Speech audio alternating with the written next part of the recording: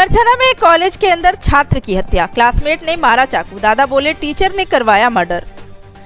प्रयागराज के कॉलेज के अंदर कक्षा 12 के छात्र की हत्या कर दी गई। उसके सहपाठी 2 छात्रों ने चाकू से सीने और गले पर हमला किया। छात्र को घायल अवस्था में पास के प्राथमिक स्वास्थ्य केंद्र ले जाया गया, लेकिन अस्पताल पहुंचने से पहले ही छात्र की मौत हो गई। घटना के समय मृतक का भाई भी वहीं मौजूद था, उसी के सामने हत्या की गई। मृतक के दादा ने कॉलेज के एक टीचर पर हत्या करवाने का आरोप लगाया है। घटना करछना थाना क्षेत्र स्थित इंदिरा गांधी स्मारक कॉलेज की है। बता दें कि यमुनानगर के गढ़वा कला निवासी अवनीश पांडे इंदिरा गांधी स्मारक कॉलेज में 12वीं में पढ़ाई करते थे। अवनीश इंटरवल होने पर 11 बजे तक सीढ़ियों से नीचे उतर रहा था। इसी दौरान उसे 2 सहपाठी अभिषेक सोनी व अभय पाठक ने उस पर चाकू से हमला कर दिया। गंभीर रूप में घायल अवनीश को नजदीकी प्राथमिक हेल्थ केंद्र ले जाया गया, लेकिन अस्पताल पहुंचने से पहले ही उसकी मौत हो गई। आज दिनांक 10/9/2025 को समय लगभग 11:20 बजे इंदिरा गांधी स्मारक इंटर कॉलेज लाला का पुरवा PS करछना से एक 12वीं कक्षा के छात्र को चाकू लगने की सूचना प्राप्त हुई, जिसे CHC करछना लाया गया, जहां से डॉक्टरों द्वारा SRN हॉस्पिटल रेफर कर दिया गया, जहां उसे मृत घोषित कर दिया गया। जांचोपरांत यह ज्ञात हुआ है कि घटना उसी के कक्षा के एक अन्य छात्र द्वारा कारित की गई है। मृतक के परिजनों द्वारा कुछ अन्य लोगों के भी इस घटना में सम्मिलित होने की बात की जा रही है। परिजनों से प्राप्त तहरीर के आधार पर सुसंगत धाराओं में अभियोग पंजीकृत कर अन्य विधिक कार्रवाई की जा रही है। मौके पर शांति व्यवस्था कायम है। प्रयागराज के SRN अस्पताल में शराब पार्टी का वीडियो आया सामने। पर्ची काउंटर पर बैठकर पी रहा था वार्ड बॉय। CMO ने बनाई जांच कमेटी। प्रयागराज के स्वरूप रानी अस्पताल में पर्ची काउंटर के अंदर शराब पार्टी का एक वीडियो तेजी से वायरल हो रहा है। कुछ लोग बैठे दिखाई दे रहे हैं, जिनके बगल में एक बोतल पानी और फाइबर के ग्लास में पीला लिक्विड रखा हुआ है, जिसे लोग शराब बता रहे हैं। वीडियो में कुछ अन्य व्यक्ति भी दिखाई दे रहे हैं। वीडियो में लोगों के बीच बातचीत चल रही है, जिसमें शराब का जिक्र हो रहा है। अस्पताल की प्रमुख चिकित्सा अधीक्षक डॉक्टर नीलम सिंह ने बताया कि शराब पार्टी के दौरान वीडियो में दिखने वाले शख्स की पहचान वार्ड बॉय मोहित लाल के रूप में हुई है। तत्काल उसे हटाकर प्रमुख चिकित्सा अधीक्षक कार्यालय में अटैच किया गया है। इसके साथ ही इसकी जांच के लिए कमेटी का गठन किया गया है। भाजपा नेता रणधीर यादव की हत्या का मुख्य आरोपी डॉक्टर उदय यादव ने जिला कोर्ट में सरेंडर कर दिया है। बुधवार दोपहर वह वकील की ड्रेस में कोर्ट में पहुंचा। सिर पर टोपी लगाई थी।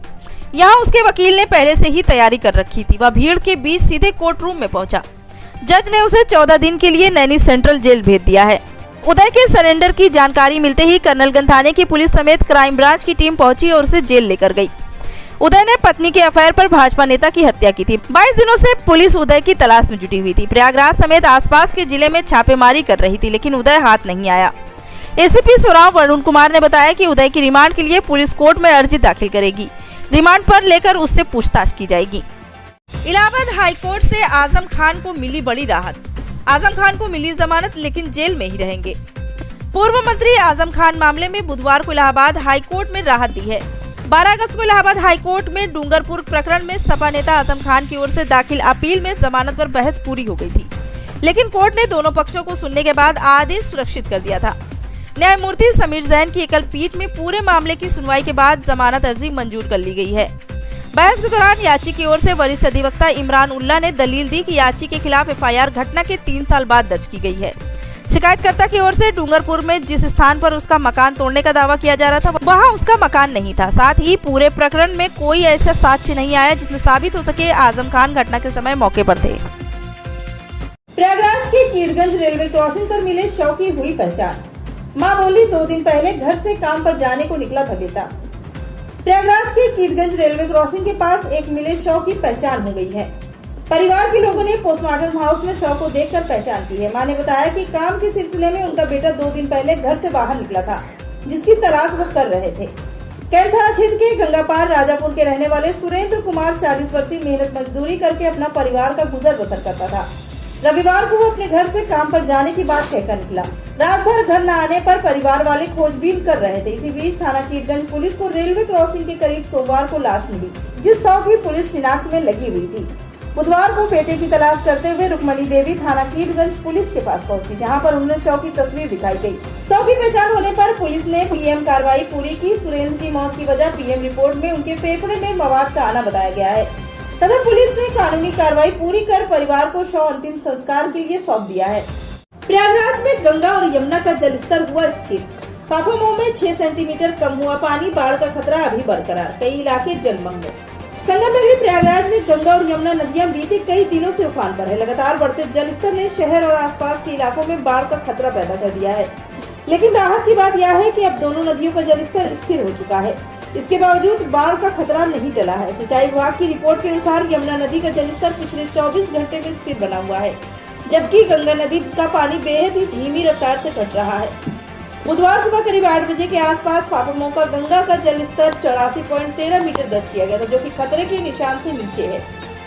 कौंधियारा में बेटी को पंजाब में बेचने की फिराक में था पिता। युवती ने प्रेमी से की मंदिर में शादी, परिजन दे रहे हैं जान से मारने की धमकी। प्रयागराज में एक युवती को उसके ही पिता पंजाब में बेचने की फिराक में था। इससे पहले युवती ने अपने प्रेमी के साथ गाँव के मंदिर में शादी कर ली। युवती ने बताया कि शादी के बाद भी परिजन लगातार धमकियां दे रहे हैं।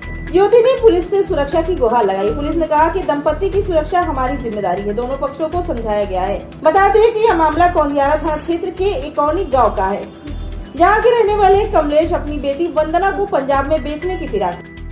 प्रयागराज का फाफामऊ पुल हुआ बंद, 32 किलोमीटर का अधिक सफर करना होगा तय। रोडवेज बसों का किराया 39 रुपए बढ़ा। प्रयागराज के चंद्रशेखर आजाद ब्रिज यानी फाफामऊ पुल पूरी तरह से बंद कर दिया गया है, जो कि 15 दिनों यानी 25 सितंबर तक बंद रहेगा।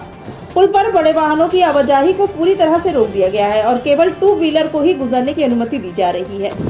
पुल बंद होते ही दोनों ओर सड़कों पर बैरिकेडिंग कर दी गई है। किसी भी 4 व्हीलर या बड़े वाहनों का प्रवेश वर्जित कर दिया गया है तथा इमरजेंसी सेवाओं से जुड़े वाहनों के लिए भी कोई वैकल्पिक व्यवस्था नहीं है। बता दें कि फाफामऊ पुल बंद होने पर विकल्प के रूप में सहसो मार्ग लोगों के लिए उपलब्ध रहेगा, लेकिन फाफामऊ से शहर की दूरी करीब 32 किलोमीटर बढ़ जाएगी। ऐसे में गांव देहात से आने वाले गंभीर मरीजों को परेशानियां होंगी। शांतिपुरम और फाफामऊ से प्रतिदिन शहर आने जाने वाले छात्रों, कर्मचारियों और व्यापारियों के लिए यह स्थिति किसी संकट से कम नहीं है। स्कूल जाने वाले बच्चों को लंबा रास्ता तय करना पड़ेगा। जो रोज शहर आते जाते हैं, उन्हें 32 किलोमीटर लंबा रास्ता सहसो मार्ग से तय करना पड़ रहा है, जिससे न केवल समय बल्कि किराया भी बढ़ गया है।